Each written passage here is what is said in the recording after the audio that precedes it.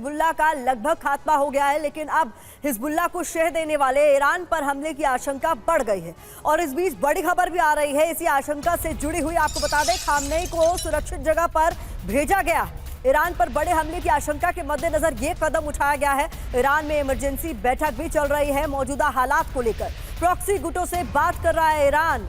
Nasrallah के मारे जाने के बाद दहशत, नेतन्याहू के भाषण में ईरान को लेकर जो संकेत दिए गए हैं, उसके बाद खामनेई को सुरक्षित ठिकाने पर भेजा गया। द ब्लेसिंग द कर्स, दो तरह की बातों का जिक्र किया गया है यहाँ पर अशमिंदर बहल सर, और जिक्र करते हुए पूरी दुनिया को ये बताने की कोशिश की गई है कि हमारा अगला टारगेट कौन हो सकता है। इसलिए शायद हम ये रिएक्शन देख रहे हैं ईरान में, जहां पर इमरजेंसी बैठकें हो रही हैं, खामनेई को सुरक्षित ठिकाने पर पहुंचा दिया गया, यानी अगला टारगेट वो हो सकते हैं। कहीं ना कहीं इस संकेत से ये समझा जा रहा। बहुत ही अच्छा क्वेश्चन पूछा है प्रतिमा जी। एक्चुअली सभी क्वेश्चन में से ये सबसे ज्यादा अहम क्वेश्चन है। सबसे पहले मैं कहूंगा कि जो एनालिसिस है उसमें कहीं ना कहीं नेतन्याहू का रोल अभी तक किसी ने भी बात नहीं की। नेतन्याहू जो है प्रोवोकेटिव स्ट्रेटेजी फॉलो करता है। वो पहले खुद पिंच करता है, उसके बाद जब रिएक्शन आता है तो रिएक्शन को लेके वो सबको भड़काता है कि आप सब लोग मेरे साथ मिल जाए इनको खत्म करने के लिए। पर किसने ये सब कुछ शुरू किया? 43,000 फिलिस्तीनियों को मारा है उसने, इनोसेंट फिलिस्तीनियों, जिसमें 70% महिलाएं हैं और बच्चे हैं। उसके बाद उनके ऊपर इंटरनेशनल कोर्ट ऑफ जस्टिस ने क्लियरली कहा है कि इनके अगेंस्ट वारंट इशू किया जाए। और दूसरी बात है, यूएन जनरल असेंबली ने भी उनको कहा है। और जब वो स्पीच दे रहे थे यूएन जनरल असेंबली के अंदर, 50% से ऊपर लोग जो मेंबर्स थे उठ के चले गए और शेम शेम की जोर कॉल्स हुई। और उसके बाद जब वो ईरान पे लगाते हैं, उनका एम है अपना पॉलिटिकल सर्वाइवल, और कोई एम नहीं है। उनको आतंकियों को खत्म करने का बहाना है, वो अपना पॉलिटिकल सर्वाइवल कर रहे हैं। साथ साथ ये कहूंगा, जो भी हमस और हिजबुल्लाह कर रहे हैं वो गलत है, लेकिन जो उन्होंने किया है उससे कहीं ज्यादा है, क्योंकि उन्होंने प्रिंसिपल्स ऑफ डिस्क्रिमिनेशन और प्रिंसिपल्स ऑफ प्रोपोर्शनैलिटी, दो इंटरनेशनल ह्यूमन लॉज को कहीं पे भी आसपास नहीं देखा। उन्होंने जेनोसाइड किया और ये सब मानने को तैयार हैं। इसी वजह से इंटरनेशनल एजेंसीज ने उनके अगेंस्ट एक्शन लेने की बात कही है। अब आता है ईरान का रोल। ईरान जो है वो हमेशा आतंकी संगठनों का इस्तेमाल करता है, चाहे वो हमस, हूती, हिजबुल्लाह है, चाहे इस्लामिक मिलिशिया है, और वो इनका इस्तेमाल करेगा। वो डायरेक्ट लड़ाई में नहीं आएगा, जैसे यूएस भी कोशिश करता है कि वो डायरेक्ट लड़ाई में ना आए। आजकल कोशिश कर रहा है, पहले तो अफगानिस्तान, इराक में जाके अपने हाथ जला चुका है, और वही चीज ईरान अब करने की कोशिश कर रहा है। डायरेक्ट ना आके अपने एलिमेंट्स जो है इस्लामिक मिलिशिया के, चाहे वो ये है, उनका इस्तेमाल, एक आखिरी चीज कहूंगा, उनका इस्तेमाल कर रहे हैं। असली सॉल्यूशन जो है वो गाजा के अंदर है। जिस दिन गाजा का सॉल्यूशन हो गया, 2 स्टेट सॉल्यूशन हो गया, परमानेंट सॉल्यूशन हो जाएगा उसके बाद। बड़ी बात आप कह रहे हैं। और देखिए, इजराइल के खिलाफ ईरान का मुस्लिम कार्ड, ईरान की सर्वोच्च नेता खामनेई की मुसलमानों से अपील, लेबनान के साथ खड़े हो मुसलमान, ये खामनेई की ओर से अपील कर दी गई है। जिस तरीके से बड़े स्तर पर हमले आईडीएफ के जारी हैं, और इसमें एक बड़ी कामयाबी भी आईडीएफ के हाथ लगी जब हिजबुल्लाह चीफ को मार गिराया गया। इस बीच खामनेई की सुरक्षा बढ़ा दी गई है, और खामनेई ने इस दौरान मुस्लिम कार्ड भी चला है। ईरान के सर्वोच्च नेता खामनेई ने मुसलमानों से अपील की है और कहा है कि आप आगे आइए, लेबनान के साथ खड़े होइए। तो देखिए, नसरुल्लाह का खात्मा हो चुका है, क्या अगला टारगेट खामनेई है?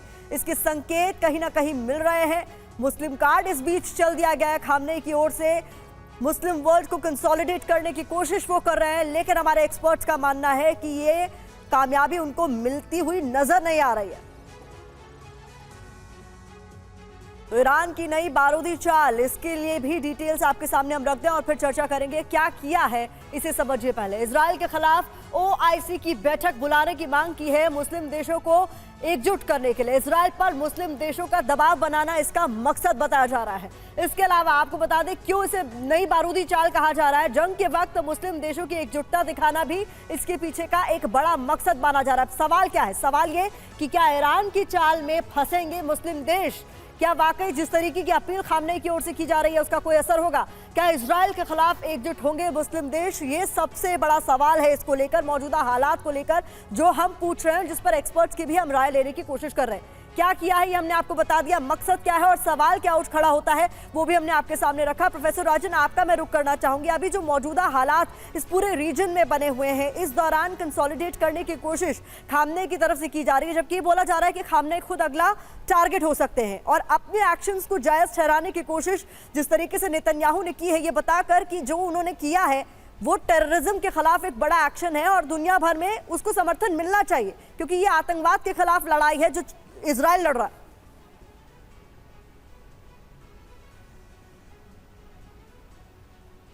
जी देखिए प्रतिमा, आप जो अगर मुझे सुन पा रहे हैं जी। तो ये जी मैं बता दूं कि यहाँ पे जो इजराइल का मकसद है, तो मेरे हिसाब से दो तीन प्रमुख मकसद है।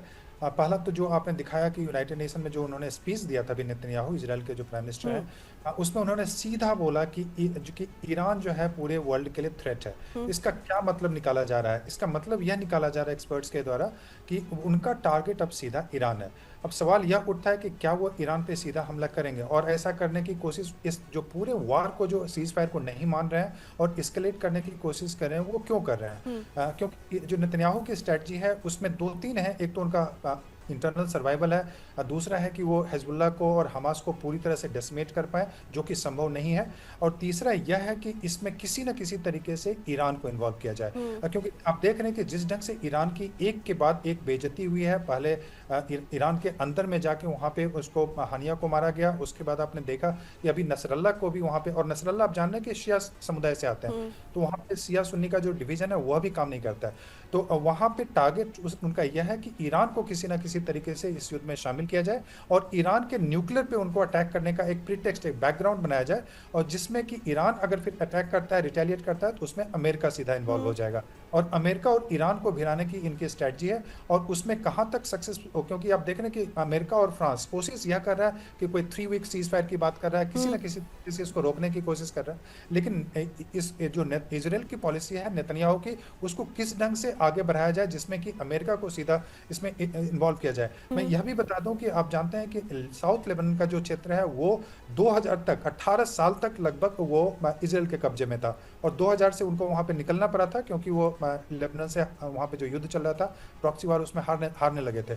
उसके बाद 2006 में भी वार होता है। तो कहने का मतलब यह है कि हिजबुल्लाह को हराना या हिजबुल्लाह को कंट्रोल करना इनके लिए भी काफी मुश्किल है। लेकिन उनकी स्ट्रेटजी यह है कि ईरान को कैसे कमजोर किया जाए। और जहां तक मुस्लिम यूनिटी की बात है, तो मैं बता दूं कि मुस्लिम पैलेस्टीन को इशू को लेकर टर्की हो, पाकिस्तान हो, या जितने भी इस्लामिक कंट्री हो, जरूर सिंपैथाइज करते हैं। लेकिन बहुत सारे देश हैं, खासकर सऊदी अरबिया, इजिप्ट, कतर इत्यादि, वो यह नहीं चाहते हैं कि ईरान बहुत ही पावरफुल एक कंट्री में वहाँ पे इमर्ज करे, क्योंकि अभी के समय में वहाँ पे क्या हुआ है कि ईरान मुस्लिम वर्ल्ड को रिप्रेजेंट करने लगा है, और ये सऊदी अरबिया नहीं पसंद करता है, टर्की भी कुछ हद तक नहीं पसंद करता, पाकिस्तान नहीं पसंद करता है। तो वहाँ पे मुस्लिम यूनिटी की संभावना बिल्कुल भी नहीं है। संभावना यह जरूर है कि युद्ध एस्केलेट होगा और उसमें ईरान भी आगे शामिल हो सकता है। बड़ी बात आपने कही। और